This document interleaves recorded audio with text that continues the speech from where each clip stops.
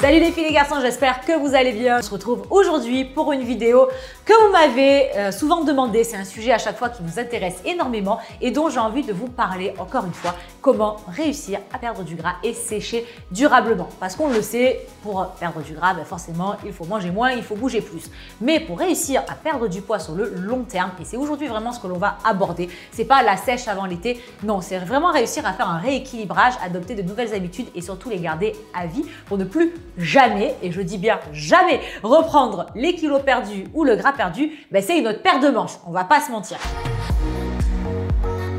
Donc le premier point, c'est vraiment comprendre qu'en fait, pour perdre durablement à vie, il faut forcément adopter des nouvelles habitudes à vie. Donc la bonne question à vous poser à chaque fois, parce que je pense que vous savez ce que vous devriez changer dans votre quotidien, généralement, tu vois, quand il y a un truc qui va pas, qu'on fait pas assez de sport, qu'on mange un peu trop de sucreries, on le sait. On le fait quand même, mais on le sait. La question à se poser, c'est est-ce que je suis prêt ou prête à changer cette chose définitivement? Et c'est vraiment en fait la question qui va tout conditionner. Cette question-là, elle est primordiale. En fait, ça va déterminer l'énergie et vraiment l'intensité finalement que vous avez envie de consacrer à cette perte de poids, cette perte de gras. Et je voulais profiter du coup de ce premier point pour aborder le comptage des calories. Pourquoi je suis en fait foncièrement contre le comptage des calories quand on souhaite vraiment perdre du poids de manière durable? Tout simplement parce que qui compte ses calories à vie? Personne ne le fait. Ça va être efficace si vous souhaitez perdre 2 kilos avant l'été, etc. Mais pour moi, déjà, c'est pas une approche qui est très saine, on va pas se mentir.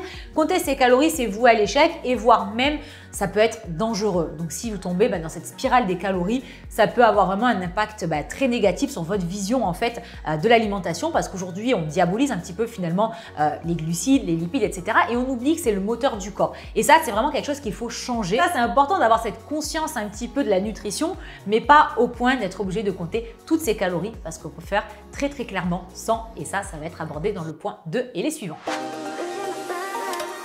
Une fois que vous avez identifié ces mauvaises habitudes entre guillemets, que vous êtes prêt ou prête à changer sur le long terme, il s'agit de le faire. Voilà, parce que souvent on repousse à la semaine suivante, à l'année suivante. Ne repoussons pas ce qui peut être fait immédiatement. Ce qui n'est pas fait à l'instant T ne sera jamais fait. Et malheureusement, c'est bien vrai pour un grand nombre d'entre vous.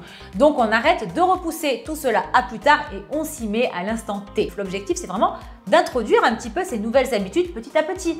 Commencer le sport, c'est bien.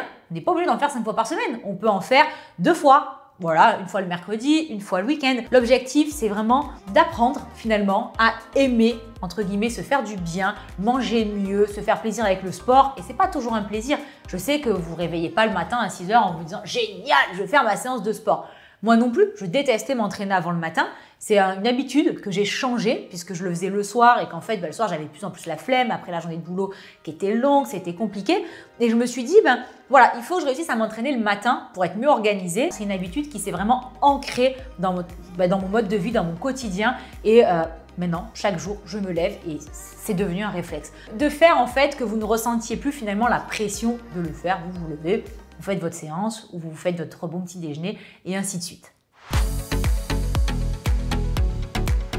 Et au même titre que le fait que je vous déconseille grandement de compter vos calories, je vous déconseille aussi en fait d'avoir cette notion de cheat meal. C'est quelque chose qui a été et qui est encore énormément à la mode dans le domaine du fitness. Cette notion un peu de repas plaisir le week-end après avoir tout donné, que ce soit au niveau sportif mais aussi alimentation la semaine. Moi, c'est quelque chose qui m'a toujours dérangée. Pour le coup, je suis jamais tombée dedans, contrairement aux calories où j'ai eu une approche un peu plus stricte par le passé. Et c'est aussi pour ça que je vous le déconseille parce que je sais ce que ça implique. Le cheat meal, moi, c'est quelque chose qui m'a toujours questionné. Dans le sens où l'alimentation, encore une fois, elle devrait être vue finalement comme votre carburant, comme une source d'énergie, comme des bonnes calories, même si des fois elles sont un peu moins bonnes, ça fait partie du jeu, mais pas finalement comme quelque chose de négatif. Parce que le cheat meal, qu'est-ce que ça implique? Ça implique que vous attendez en fait toute la semaine votre repas plaisir et que finalement, le reste de cette fameuse semaine, et c'est quand même de nombreux jours, parce que si on se fait plaisir une fois dans la semaine, il y a fort à parier qu'il y a presque 14 repas qui n'en font pas partie, ça fait quand même beaucoup de repas où on ne se fait pas plaisir. Et moi, ça c'est quelque chose que je n'aime pas et que je déconseille vivement. Pourquoi? Parce qu'on peut se faire plaisir toujours avec modération. Et cette modération qui au début peut être perçue un petit peu comme une contrainte, à la fin finalement elle devient naturelle. Et c'est aussi pour ça que je vous parle beaucoup d'alimentation intuitive. Finalement, on apprend tout simplement aussi à connaître un petit peu ses limites. Au même titre que quand on fait un bon repas, qu'on a trop mangé, on sait qu'on a franchi cette limite. De temps en temps, on le fait, Mais avec le temps, on le fait peut-être de moins en moins parce que finalement, quand on n'a plus faim, on est satisfait, on est repu, on s'arrête. Et c'est un petit peu la même chose pour le cheat meal, dans le sens où je préfère finalement vous conseiller, et moi c'est ce que je fais, de vous faire plaisir tout au long de la semaine, mais de manière plus raisonnable. Et de cette façon-là, sans vous interdire finalement n'importe quel aliment, vous allez vous rendre compte que vous en avez de moins en moins envie. Moi, j'adore les biscuits, j'adore plein d'autres trucs aussi, salés, sucrés. Et finalement, est-ce que j'en mange tous les jours? Pas forcément. Les biscuits, j'adore ça. Bon, j'en mange, il y a des jours, j'en mange pas, il y a des jours, j'en mange 2 ou 3. Mais je suis jamais en train de me dire « Oh, j'ai envie de faire le paquet de biscuits ». Ça ne m'arrive jamais. Alors que je sais que c'est quelque chose qui arrive pour beaucoup d'entre vous. Des fois, vous avez des pulsions. Vous me le dites beaucoup sur Facebook, sur le groupe Facebook, mais aussi sur Instagram. Si, comment tu fais quand tu commences ton paquet de chocolat pour pas le dégommer, quoi? Tout simplement parce que j'en mange régulièrement, mais à chaque fois que j'en mange, en fait, ça satisfait ce besoin, cette envie de sucré, de salé, de fromage, de ce qu'on veut. Et je n'ai pas besoin d'aller au-delà. Le 4e point, et pas des moindres, va concerner le sport. Alors vous le savez, je vous le répète, et vous ne me croyez pas toujours, c'est ça le pire. C'est que je vois que vous n'êtes pas encore convaincu par ce point-là. Je vous fais un teasing là de Hollywood.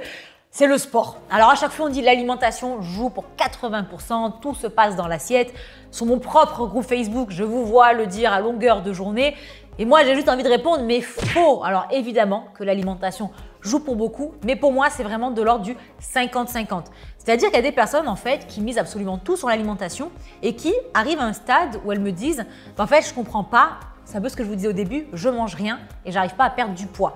Et en fait, il y a des fois où effectivement l'alimentation n'est pas si irréprochable que ça. Et puis il y a des fois tout simplement c'est le métabolisme qui se ralentit et le fait de manger de moins en moins sans avoir d'activité physique à côté, ça fait que vos besoins énergétiques journaliers baissent, puis baissent, puis baissent. Puis un jour vous vous retrouvez à manger 1200 calories et vous mincissez même plus. Et ça en fait c'est tout ce qu'on ne veut pas faire, c'est la spirale dans laquelle on ne veut surtout pas tomber.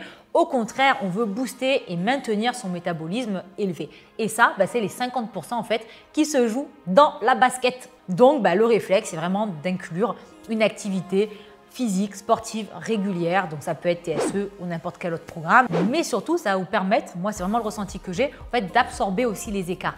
Quand on est en vacances et qu'on mange beaucoup plus riche, beaucoup plus calorique que le reste de l'année, je ne reviens plus de vacances, contrairement au passé, avec 3 kilos en plus. Pourquoi? Parce que je continue, même en vacances, cette activité physique. Donc ça, c'est vraiment important et on me dit tout le temps, beaucoup sur les réseaux, les gens qui me suivent peut-être de près ou de loin, oui mais si, son objectif c'est d'être sèche et de rester sèche. Et en fait, ça c'est vrai que j'en ai jamais trop parlé, c'est un petit peu l'occasion. Mon objectif n'est pas d'être sèche. Je ne fais rien pour sécher au quotidien. Je ne compte pas mes calories, je ne fais pas attention à ma diète, je mange équilibré mais comme n'importe qui. Il y a des jours où je mange plus riche, d'autres un peu moins. J'ai une activité physique qui n'a pas évolué dans ce sens-là. Je ne me tue pas au cardio, je fais beaucoup de renfort, aussi du cardio via le circuit training, mais c'est en fait la résultante d'une bonne alimentation et d'une activité physique assez élevée, on va pas se mentir, qui fait qu'en fait avec les années, je perds en masse grasse. Et c'est un processus qui est long et c'est ce qui nous amène au 5e point. Et donc, ce qui nous amène à ce dernier point, la régularité et la patience. Trop souvent, les filles de genre, en fait, vous voulez les choses vite et bien. Et vite et bien, malheureusement, c'est pas compatible. La perte de gras, c'est quelque chose qui est très long si on la veut saine. Encore une fois, on peut perdre du poids, on peut même arrêter de manger en 15 jours, plus avoir le moindre gras sur le corps. Évidemment, c'est pas ce qu'on veut. Encore une fois, on ne change pas 20 ans, 30 ans, 40 ans d'inactivité, de sédentarité ou même pire, de mauvaises habitudes en 15 jours. Il va falloir du temps pour que le corps, que la machine se relance, le corps intègre ses nouvelles habitudes et surtout que cela se voit physiquement parce que c'est ça que vous voulez. Il ne faut pas se démotiver au bout de 15 jours. En ce qui concerne l'esthétique, c'est vraiment important en fait de comprendre que ce n'est pas quelque chose qui se change du jour au lendemain. Et aujourd'hui, avec les réseaux sociaux, on a l'impression de voir toujours des corps incroyables, des corps extraordinaires, des gens qui se transforment en 2 ans. Et ce n'est pas parce que vous le voyez sur les réseaux sociaux, parce qu'après, il y a aussi d'autres facteurs. Certains ont recours évidemment à certains produits ou pas, etc. Ou même ont des méthodes qui ne sont pas forcément très saines pour le corps, vous voyez. Donc, on se dit, voilà, si lui le fait, moi aussi, moi je fais ça depuis 2 mois, je vois rien. Et ça, c'est très frustrant et il faut s'en détacher, se rendre compte que vraiment, ce processus est long, prend du temps, ça va vous demander quelques mois déjà pour commencer à vraiment voir les premiers effets et surtout, ça va vous demander plusieurs années, il y a fort à parier, pour atteindre un objectif qui vous conviennent. Donc ça, c'est important d'avoir en tête cet objectif-là, mais c'est aussi important d'avoir en tête un petit objectif parce que toutes les petites victoires, finalement, sont bonnes à célébrer. Donc voilà, essayez en tout cas d'être patient, de prendre ça comme un long chemin. Ça va pas être une course, ça va pas être l'autoroute sur laquelle tu fonces. Et c'est aussi comme ça que vous tiendrez dans le temps. Voilà les filles et les garçons, j'espère vraiment que cette vidéo un petit peu plus discussion que d'habitude vous motivera et surtout vous apportera les bonnes raisons en fait qui vous permettront de réussir votre perte de gras saine et durable à vie, parce que pour moi c'est vraiment quelque chose que l'on fait à vie et surtout vous aideront à réussir. N'hésitez pas à me dire si vous avez aimé ce format en commentaire et surtout les sujets que vous aimeriez que l'on aborde sur cette chaîne YouTube. Je vous souhaite une très bonne fin de journée, je vous fais plein de gros bisous et je vous dis à très bientôt.